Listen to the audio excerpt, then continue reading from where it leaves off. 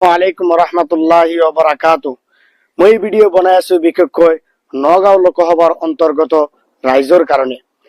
নগাঁও লোকসভাৰ পদ্যুৎ বদলিৰ নিচিনা মানুহ নগাঁও লোকসভাৰ MP কেনেকৈ হল? মই নগাঁও, সামগুৰি, ঢিং, ৰূপহী মই ঘূৰি আহিলো।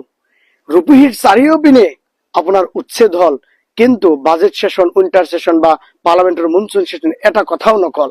সামগ্রীত উচ্ছেদ হল এটা কথাও নকল। ইন্দুরের গাতো ধুমাই আছিল, কিন্তু এতিয়া ওলাই আহি এইজন ব্যক্তিয়ে কয় মুছলমানক চিনিয়ে নাপায় বুলি। কেটা আচৰিত বিষয়। মই নগাঁও বসবাস কৰা সামগুৰি, ঢিং, ৰূপহী সদৰত বসবাস কৰা মুছলমানসকলক ক'ব বিচাৰিম, নগাঁও লোকসভাতো মুছলিম ডমিনেটেড হয়। মুছলমান থকাৰ পিছতে এইজন ব্যক্তি সি বোলে চিনিয়ে নাপায়। কেনেকৈ দুবাৰ কৰি সেই MP হ'ব পাৰে নগাঁও লোকসভাৰ পৰা?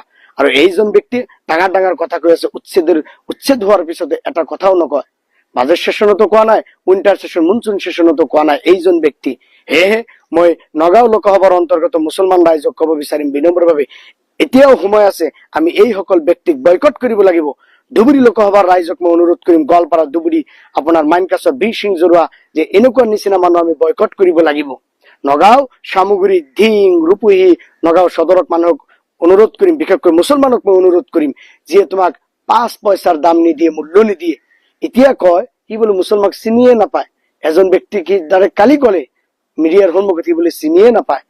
এনেকুৱা মানুহ মুছলমানে আমি চিৰ জীৱন ভাৰতবৰ্ষৰ পৰা 80 বছৰ হৈ গৈছে ভোট দি MLA বনাই আছো, MP বনাই আছো, আৰু আমাক লৈ ৰাজনীতি কৰি আছে, আৰু আমাকে ই চিনি নাপায়। সেয়েহে মই নগাঁও লোকসভাৰ অন্তৰ্গত ৰূপহী, ঢিং, সামগ্ৰী, নগাঁও সদৰ বিনম্ৰভাৱে অনুৰোধ কৰিম, মুছলমানক তুমি এতিয়া সময় হল, তুমি সজাগ হবই লাগিব, তোমাৰ চকু তুমি খুলিবই লাগিব, আৰু এইসকল ব্যক্তিক তুমি বয়কট কৰিব লাগিব। নিজৰ ৰাজহাৰ নিজে থিয় কৰি নিজে জীয়াই থকা শিকিব লাগিব মুছলমানে। ভাৰত সংবিধান তোমাকে অধিকাৰ দিছে, তোমাক অধিকাৰ দিছে জীয়াই থাকিবলৈ হলে কেনেকৈ ভাৰতত চলিব লাগিব। Article 19, 21 right to life with dignity তোমাক শিকাই গৈছে। মানুহৰ তলতলীয়া গোলাম হলে নহব, তুমি নিজৰ ভৰিত নিজে থিয় হব লাগিব। ভাৰতৰ সংবিধানে বাবা চাহেব আম্বেদকাৰ আমাক শিকাই থৈ গৈছে। সেয়েহে নগাঁও লোকসভাৰ অন্তৰ্গত ব্যক্তিসকলক বিনম্ৰভাৱে অনুৰোধ কৰিম, এইজন মানিয়া ৰাজহাৰ নোহোৱা ব্যক্তিক, মুছলমানক চিনি নাপাহি, তাক বয়কট কৰিব লাগে, যাতে কোনো গাঁৱতে যাতে সোমাব নোৱাৰে, আৰু আনৱালা ইলেকশ্যনতো যাতে কেম্পেইন কৰিব নোৱাৰে। এনেকুৱা ব্যক্তি যে মুছলমানৰ ভোট লৈ কয় যে মুছলমানকে চিনি নাপায়, মুছলমানক বুলি চিনিয়ে নাপায়। মই কালি প্ৰেছ মিট ইমান বেয়া লাগিছে।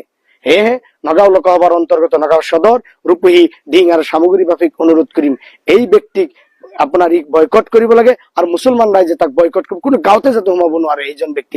আৰু ধুবুৰী লোকসভাক অনুৰোধ কৰিম, এইবিলাক ব্যক্তি যেন কোনো গাঁৱত সোমাব নোৱাৰে। মুছলমান এতিয়া তুমি সজাগ হব লাগিব, তোমাৰ ল'ৰা ছোৱালী শিক্ষিত কৰি আগবাঢ়িব লাগিব, সংবিধানে অধিকাৰ নিজৰ ভৰিত নিজে থিয় হব লাগিব। Thank you very much.